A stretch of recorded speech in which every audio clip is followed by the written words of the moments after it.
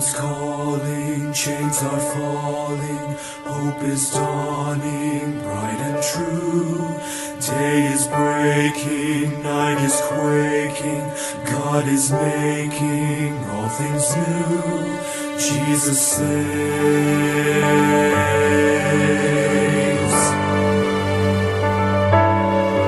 Hear the heart of heaven beating. Jesus saves, and the hush of mercy breathing. Jesus saves.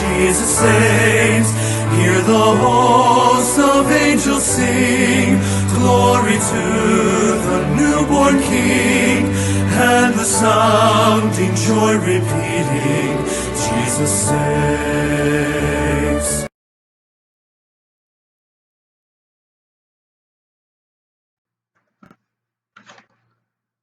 Okay mga igala, daghan na sab nga salamat og maayong adlaw kaninyong tanan. Ini si Pastor Mark Sasidon sa Emmanuel Bible Baptist Church sa Mag-Undaan Liloan ug nasab kita church to sa Suong Lapu-Lapu.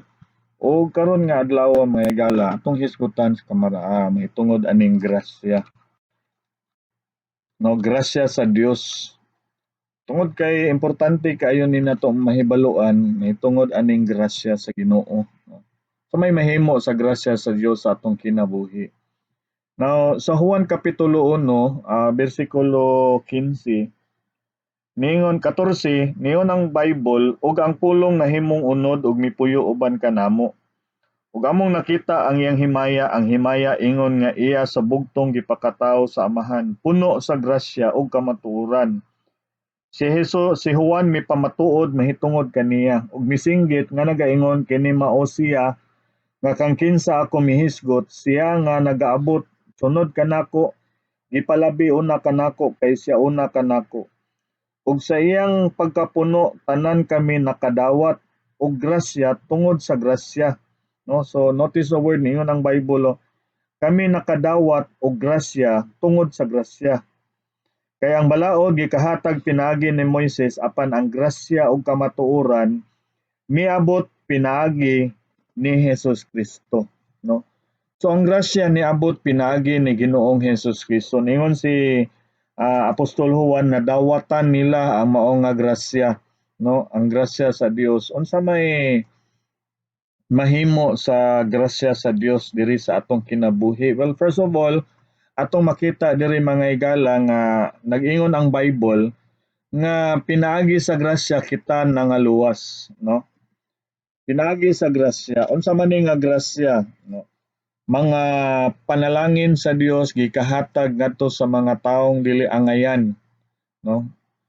Kaluwasan sa Dios gihatag ngadto sa mga dili angayan, no? Angayan bago tang luwason sa Ginoo nga mga makasasala man ta, mga nakasala ta, mga kahit tag mga mga rebildi tang dagko, no? Dili ta angayan. Apan gihatag sa Dios, no? Tungod kay kining grasya ang gugma ug kaluoy ni sa Dios, no? Tungod sa dakong gugma sa Ginoo, tungod sa iyahang dako nga kaluoy, iyahang bugtong anak mo'y gihimong halad alang kanato. Mo nay giingon nila nga grace is God's riches at Christ's expense, no? Si Kristo mo'y nahimo nga alaot nga kita unta mo'y angay nga alaot tungod kay makasasala ta apan gikuha ni Ginoong Hesus. Siya may mibayad sa atong mga sala dito sa krus sa Kalbaryo. Dili to iyahang sala nga namatay dito siya sa krus kundi atong mga sala iyang gipas-an, no? Nga nabitong giingon nga kordero sa Dios nagakuha sa sala sa kalibutan. Si Ginoong Hesus na nga mao nga kordero, no? Siya may mibayad alang kanato.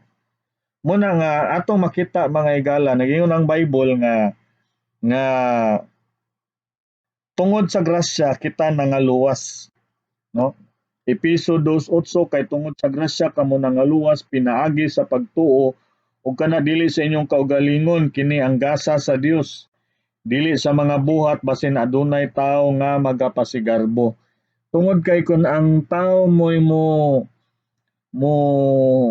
bayad sa iyahang sala, hambugiro manggud ta, no, manghambog dayon ta, ato dayong ipasiatab nga delikado, ato pang ibaligya, no, pabayron pa nato ang mga tao kung kita pa'y manluluwas, no, ibaligya ni natong kaluwasan tungod kay ang tao hakog man, no, ang nahuna ra gyud sa tao kwarta, no, madato, moasenso. But ang atong Ginoo dili na mao iyang hunahuna, ang iyang hunahuna ug ang iyang kasing-kasing bisan pa man og dili ta angayan tungod kay dako ang gugma sa Dios ug dako iyang kaluoy nga ikaw ug ako padung ta sa impierno, no, padung ta sa impierno kay makasasala ta. Pero siya may mibayad mo na ningon ang Bible kay tungod sa grasya, gigrasyahan ta nangaluwas unsa ang pamaagi nga maluwas ta pinagi pagtuo, no, dili sa atong kaugalingon gasa ni sa Dios busa dawaton ni siya nimo, no, madawat ni nimo ang grasya sa Dios pinagi pagtuo maluwas ka, simple ra man na, no, simple ra man na, dili pinaagi og maayong buhat, no, kay unsa may atong mahimong maayong buhat di ganit ta makaluwas sa atong kaugalingon. Unsa bagoy mga butang aning kalibutana ug unsa bagoy naa nato nga mabayran nato ang atong mga sala, no, unsa bagoy naa nato nga makaluwas nato gikan sa kalayo sa impierno, wala man. So ang atong Ginoong Hesus mismo mo'y mibayad niana nga mao nga kaluwasan, no, muna gitawag gyud sa Bible og grasya, no, atong mahibaw-an nga grasya na manug-ab ta grasya, no, kanang naay manghatag nato og mga butang grasya, no, but kani nga grasya mas dako ni nga grasya kay kaluwasan ni atong kalag, no, gikan nga giluwas ta sa pagkaadtog impierno, no, manang mintras karon nga buhi pa ta ato ning tuhuan atong dawaton si Ginoong Hesus kay grasya ni siya, no, grasya ni siya nga dili na ta maadto sa kalayo sa impierno, no, dili lang kay naluwas ta pinaagi ning grasya ningon pagid ang Bible mamatarong ta, no, pinaagi sa grasya sa Ginoo. Sa Roma kapitulo 3:24 ningon ang Biblia, Roma 3:24 ningon ang Biblia, ingon nga gipakamatarong nga walay bayad pinaagi sa iyang grasya, pinaagi sa katubsanan nga anaa ni Kristo Jesus. Kang kinsa ang Dios mitugyan aron mahimong usa ka halad pasig-uli pinaagi sa pagtuo diha sa iyang dugo sa pagpahayag sa iyang pagkamatarong alang sa kapasayloan sa mga sala nga nangagi pinaagi sa pagkamainantuson sa Dios. So, makita na to mga igala nga wala gid ni siya bayad, no, ang grasya sa Dios di ni nato mapalit, di ni nato mabaligya, hatag ni sa Dios, no, dako ni kahimuan sa atong kalag, dako ni kahimuan sa atong eternal nga destinasyon, no, kay mga matay man gyud ta mga igala, no, ikaw ug ako mga matay gyud ta, walay mobato nato diri nya naa may kinabuhi luyo sa lubnganan ug duha lay atong paingnan langit ug impierno, nya tungod kay makasasala man ta impiernohonon ta. But salamat sa Dios nga ang iyahang grasya libre walay bayad natubos ta pinaagi ni Ginoong Hesus Kristo ug atong padulngan karon langit na, no. Muna nga kung mangutana kag mga Bible believer, mutana ka namo og langit na ba mi? Langit na mi, no. Padung na mig langit kay among gituhuan, among gisaligan ang saad sa Dios. Motuom ganit tag saad sa tao, saad og politiko nya saad nanon sa Ginoo di ta motuo, no. Ato man ganing dawaton ng mga saad sa tao nga daw murag tinuod, ng uban kasagaran mapakyas lang unya dili tinuod. Yang saad na noon sa Ginoo nga insakto, klaro ug tinuod buhaton sa Dios kay Dios siya nga dili mamakak. Daw binuang na noon alang kanato unsa na nga panghuna-huna, no, dili na siya mao. Muna nga ang Ginoo gyud tungod kay naluoy siya nato dako iyahang gugma, gitanyagan ta nini nga mao nga grasya. Nga kun nimo ning dawaton ang grasya ningon ang Biblia gasa ni sa Dios nga kun imo ni siyang dawaton nga gasa, madawatan nimo ang kaluwasan sa Dios no nahimo tang matarong. Kay kani nga pagkamatarong dili ni pinaagi og balaod no. Nagamingon nga tuman lang tag balaod pastor, matarong ra lagi ta mo musunod lang tas napo kasugo. No, atong unang ginikanan usa ra gani gisugo sa Ginoo, am gani natuman kana nung napo no magpaka aron ingnon ta nga makatuman ta. Pero unsa may matuman anang mga taong dautan, kita tanan dautan man ta. No mo nga dili gyud pinagi sa balaod. Galacia 2 kapitulo 16 bersikulo 16 unsay giingon sa Biblia. No, Galacia 2:16 nga nasayod nga ang usa ka tawo wala gipakamatarong pinagi sa mga buhat sa balaod apan pinagi sa pagtuo ni Hesus Kristo. Bisan kita mituo diha ni Hesus Kristo aron kita pakamatarungon pinaagi sa pagtuo ni Kristo ug dili sa mga buhat sa balaod kay pinagi sa buhat sa balaod walay unod nga pakamatarungon. No? Mayon sila nga mutuman lang ta sa balaod no mamatarong ta. No mga igala, ingon ang Bible, klaro gyud kayo ang Bible nga pinagi sa balaod walay mamatarong, no? Mamatarong lang ta pinagi ni Ginoong Hesus Kristo. Naingon ang Bible nga tungod sa grasya, no? Mamatarong ta. Gasa libre walay bayad.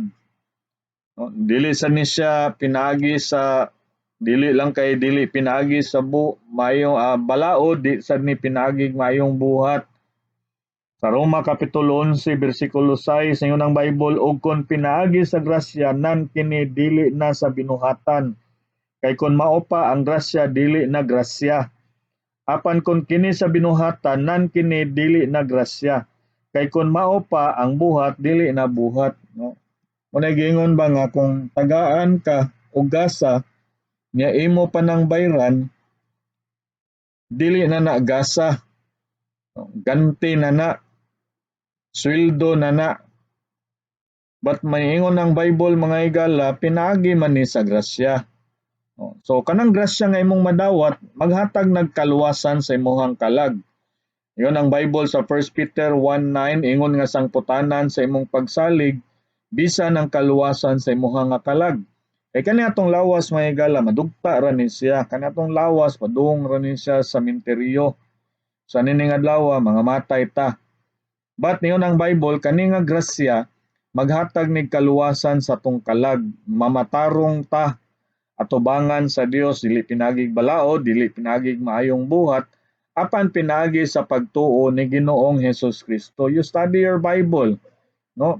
Munang naatay Bible truth, naatay diskusyon diri mahitungod sa kamatuoran sa Biblia kay ang yawa mamakak na siya, ilaron ta. No, ilaron ta.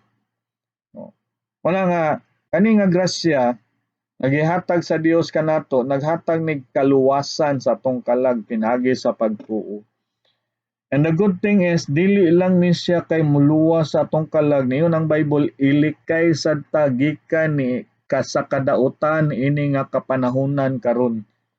Mo nga daghan nimo makita mga igala nga sa diha nga mingdawat sila ni Kristo nga ilang manluluwas, daghang kinabuhi na nga usab, no? Nalayo na sila sa bisyo, nalayo ni sila sa kadautan ani nga kalibutan, dili nga tungod kay para maluwas sila, luwas na sila, ni dawat na sila ni Kristo nga ilang manluluwas, then ipalayo ta sa Dios gikan ni ining kadautan sa kalibutan, no? Muna makita nimo nga gitawag na sila Christian nga usab ang ilang kinabuhi, ila bagod ng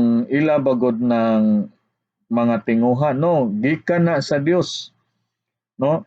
Sa Tito kapitulo 2 bersikulo 11, kay ang grasya sa Dios nga nagadala og kaluwasan nagapakita na ngadto sa tanang mga tawo nga nagatudlo kanato nga sa nagdumili sa pagkadili Diosnon og kalibutan nga kaibog, kita angay nga magkinabuhi nga maligdong matarong og Diosnon niining kalibutana karon nga nagapaabot niya ng buhing paglaom o sa mahimayaon nga pagpakita sa dakong Dios ug atong manluluwas nga si Jesus Kristo. Kinsa mihatag siyang kaugalingon alang kanato aron siya makatubos kanato gikan sa tanang kadautan ug pagkaputli ngadto siyang kaugalingon usa ka pinasahi nga katawhan nga masibuton sa mga maayong mga buhat, no? So ningon ang Bible sa 2 Corinthians 5:17, busa kon si bisan kinsa nga tawo anaa ni Kristo siya bag-o nang binuhat. Ang taang mga butang nawala na tanawa, mga bag-ong butang nahiabot na. So ang atong kausaban mga higala, pinaagi lang ni Ginoong Hesus Kristo. Nga kun nimo ning dawaton ang grasya sa Dios, ningon ang Bible mohatag ni kausaban nimo. Mulikay ni nimo gikan sa kadautan sa kalibutan, no? Mawa na mausab na ka sa imong kinabuhi, di na ka bisyoso, mahimo na ka nga Diosnon nga tao, no?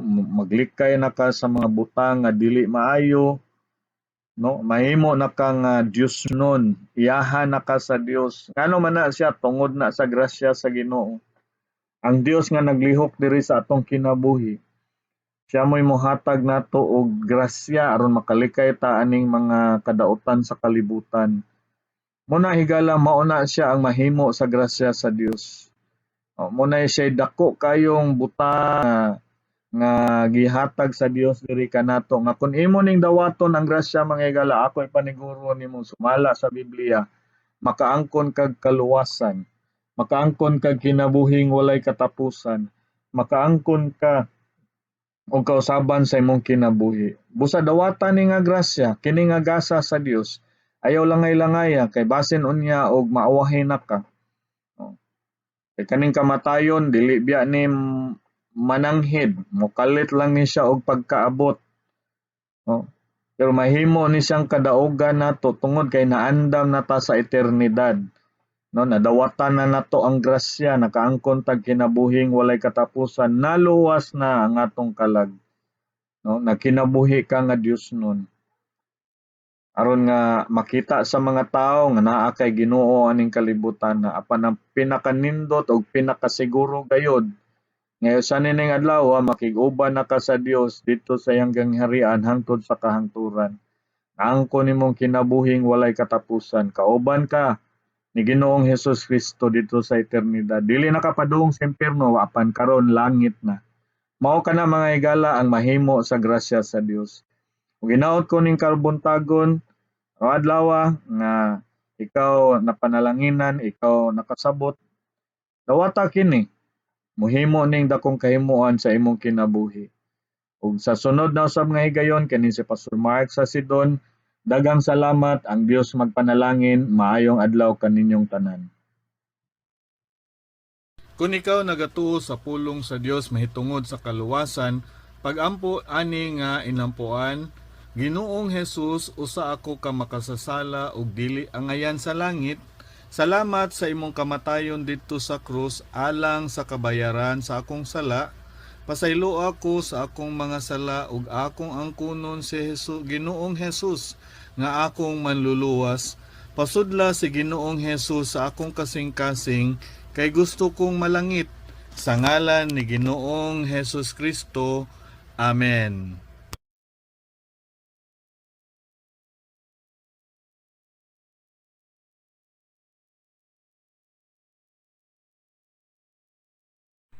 Higala kung ikaw na panalanginan kini nga mao nga broadcast karon amo nga paghangyo kanimo nga kaybawa kami pinagi sa pag-text kanamo or pinagi sa pag-message sa amo ang Facebook page ug kami malipay mutabang kanimo ug mogiya kanimo sa kamatuoran nga ang kaluwasan pinagi lang ni Ginoong Hesus ug ang kasiguruan naa lamang sa iyahang pulong ug ikaw makabaton ini nga kasiguruan kabag-uhan sa kinabuhi ug malipay kami mo tabang kanimo mga higala. Kini na sab si Pastor Mark sa Sidon. Daghang salamat ug maayong adlaw ninyong tanan.